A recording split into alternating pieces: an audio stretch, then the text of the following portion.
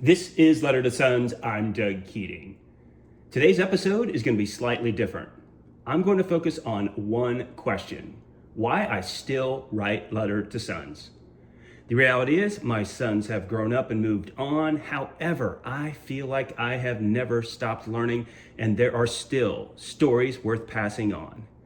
The inspiration for this video is my father, who you see me pictured with here, back when I was young and had hair and he was still here on earth.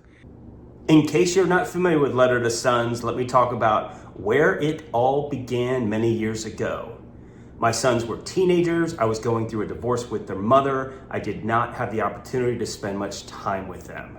I wanted a mechanism to pass along life lessons so they didn't make the same stupid mistakes I made at their age and beyond. It started as simple printed pages, matured into a blog. I shot some videos. That is where we are today. The purpose? Pass along life lessons to my sons.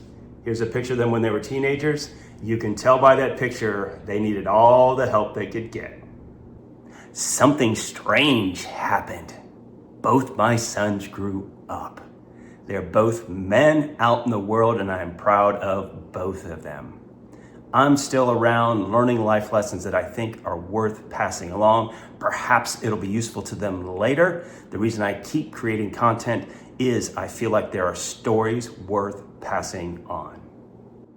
I've been sharing experiences all along. That's the content that has driven Letter to Sons. The content has just changed. I talk about travel, football, books, history, music, a whole ton of things.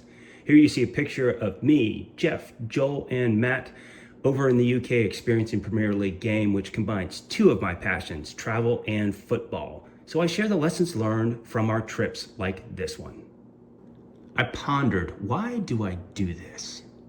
My dad is the inspiration. He was a fantastic father. I learned a lot about life by watching him live his. For example, I learned the life lesson, play the hand you're dealt well.